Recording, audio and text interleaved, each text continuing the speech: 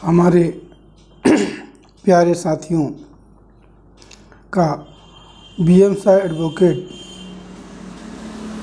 AGP district Singrauli का बहुत बहुत नमस्कार। साथियों, आज हमारे देश में ऐसी बहुत सी घटनाएं हो रही हैं जिसमें आपस में जहां प्रेम होता है, लेकिन वो प्रेम क्या है कि वही प्रेम करने वाला एक दिन अपने चाहने वाले लड़कियों को, औरतों को मौत के घाट उतार देता है। भाइयों, साथियों, यदि आप प्रेम करते हैं, करना चाहते हैं तो उसे निभाइए। ऐसा नहीं है कि आप प्रेम करके जो लड़की अपने घर को, अपने परिवार को छोड़ करके आपके साथ विश्वास में आती है और आपके समाज के लोग उसका हत्या कर देते हैं। ऐसे प्रेमियों से, ऐसे लोगों से हमारा आग्रह है कि आप लोग ऐसे अपराधों में न फंसें, अपराधों में को बढ़ावा न दें, क्योंकि इससे हमारी माँ, बहन, बेटियों की सुरक्षा नहीं होगी। हमारे देश में बेटियों को बढ़ावा दिया जा रहा है तो उनके सुरक्षा की गारंटी भी हम ही आपको देना पड़ेगा। यदि हम उन्हें सुरक्षित नहीं करेंगे तो निश्चित रूप से हमारे समाज में एक विभेद फैल जाएगा। और साथियों, आप जानते हैं कि लड़की, औरत मेरी माँ और बहन होती है। वो केवल हम जिससे आज जन्मे हुए हैं, आज अस्तित्व में हैं, इसमें पूरा का पूरा रोल जो है माँ का होता है। तो हम यदि लड़की, बहन, बेटियों को अपने माँ की तरह देखें और अपने जैसे कि कोई औरत पत्नी बन करके अन्याय उसके साथ होता है तो ये बहुत ही गलत है। अभी साथियों, एक घटना पता ही चला जो अभी मीडिया में बड़ा हाईलाइट हो रहा है कि उसने अपने प्रेमिका को धोखा दे करके उसके साथ बलात्कार किया और उसको 36 टुकड़े किया। 36 टुकड़ा करने वाला, उसकी सोच देखिए साथियों कि कैसा है कि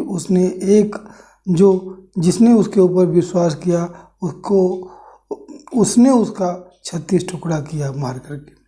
इसी तरह से अभी साथियों, इलाहाबाद हाई कोर्ट में एक मामला सामने आया है जिसमें एक समीर खान नाम के व्यक्ति को जमानत देने से न्यायालय ने इनकार कर दिया था, क्योंकि उसने जुलाई 2020 में अपनी प्रेमिका पत्नी की हत्या करने और उसके शरीर को 6 टुकड़े में काटने और एक सुनसान जगह में फेंकने का उसके ऊपर आरोप था। इस मामले में साथियों, जस्टिस दिनेश कुमार सिंह की पीठ ने टिप्पणी की है। आरोपों, अपराध की जघन्यता और रिकॉर्ड पर उपलब्ध सबूतों को ध्यान में रखते हुए इस अदालत को आरोपी आवेदक को जमानत देने का आधार नहीं मिला।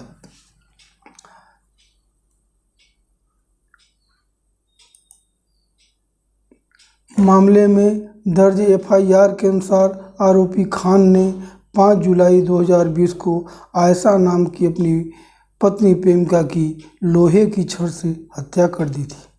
उसकी हत्या करने के बाद खान ने कथित तौर पर उसके शरीर को 6 टुकड़ों में काट दिया था। इसे एक ब्रीफ केस और बैग में भरकर एक सुनसान जगह पर एक कार से दूर फेंक दिया और भाग गया। इस तरह से खान, जो मूल रूप से यूपी के बलरामपुर ज़िले का रहने वाला है, मुंबई के बांद्रा इलाके में एक चिकन की दुकान में काम करता था, जहां उसकी मुलाकात मृतक आयशा से हुई और उसके साथ रहने लगा। इसके बाद 2020 में लॉकडाउन की अवधि में वे दोनों लखनऊ आ गए और पति पत्नी के रूप में रहने लगे। इस तरह से साथियों उसने पूरा विश्वास दिया और पूरे परिवार को छोड़ करके उस आरोपी के साथ पति पत्नी के रूप में रहने लगी। लेकिन उस बदनीयत आरोपी ने उसके साथ क्या किया, एक तलाशी में उसका पता चला और अगस्त 2020 में उसे गिरफ्तार कर लिया गया। आरोपी आवेदक के इकबालिया बयान के अलावा उसके संकेत पर मृतक के शरीर को फेंकने के लिए इस्तेमाल की गई कार बरामद की गई। उसकी निशानदेही पर चापर भी बरामद कर लिया गया, जिसे शव के टुकड़े कर 2 बैग में भरे गए थे। इस तरह से साथियों यह देखने को मिलता है कि सोचिए कि इस हत्या तो हत्या है, लेकिन इस मानसिकता के साथ कि उसके 6 टुकड़े किए गए, उसके क्रूरता का कितना मिसाल है। ऐसे व्यक्ति को क्या न्यायालय, क्या समाज छूट दे सकता है? क्या ऐसे व्यक्तियों को माफ़ कर सकता है? क्या ऐसे व्यक्तियों को अपने समाज में, अपने देश में, अपने गांव में क्या रहने का अधिकार है? इसे जिंदा रहने का अधिकार है, जो कि मानसिक रूप से किसी के शरीर, इज्जत की परवाह नहीं करता, किसी के भावना का कदर नहीं करता, किसी की ज़िंदगी का कदर नहीं करता। ऐसे व्यक्ति को वास्तव में जीने का ही अधिकार नहीं है। वह हैवान है तथा वह समाज के धुरी में चलने लायक नहीं है। फिर कोर्ट ने ऐसे जघन्य अपराध करने वाले आरोपी को कोर्ट ने मामले में तथ्यों और परिस्थितियों को ध्यान में रखते हुए उन्हें जमानत देने से इनकार कर दिया। हालांकि इस तथ्य पर विचार करते हुए कि 6 अगस्त 2020 से जेल में है, ट्रायल कोर्ट को निर्देश दिया गया कि वह मुकदमे की कार्रवाई में तेजी लाए और 1 साल की अवधि के भीतर इसके ट्रायल को पूरा करें। साथियों, हमारा तो यही कहना है कि यदि ऐसे आरोपियों की, जिनमें कि प्रथम दृष्टया उसने कबूल किया है कि मैंने उसको 6 टुकड़े किया और उस 6 टुकड़ों करने, जिस चापर से उसने 6 टुकड़ा किया था, वो उसके कहने पर उस जगह पर बरामद हुआ और वह कार जिसमें ले गया था वह भी बरामद हुई। इस तरह से देखने पर साथियों ऐसे अपराधी को जो माननीय इलाहाबाद हाई कोर्ट ने उसका जमानत निरस्त किया। हम तो कहते हैं कि इस तरह से बलात्कार आरोपी, क्रूरता करने वाले आरोपियों को न्यायालय किसी तरह से रहम न करे। रहम उन्हें मिले जो वास्तव में मानवता के प्रहरी हों, मानवता की रक्षा करते हों। इसी के साथ इस मामले का एक साइटेशन भी आया है जो 2022 लाइव लॉ AB 496 पर अंकित है। इस मामले का उन्माद है समीर खान बनाम यूपी राज्य। ये मेरा साथियों आप सभी को नमस्कार करते हुए कहना है कि अपने देश में, अपने समाज में प्रेम, सद्भाव, व्यवहार, समानता, एकता, एक दूसरे पर विश्वास, परिवार में आपस में विश्वास बढ़ता रहे। मैं तो यही चाहता हूँ।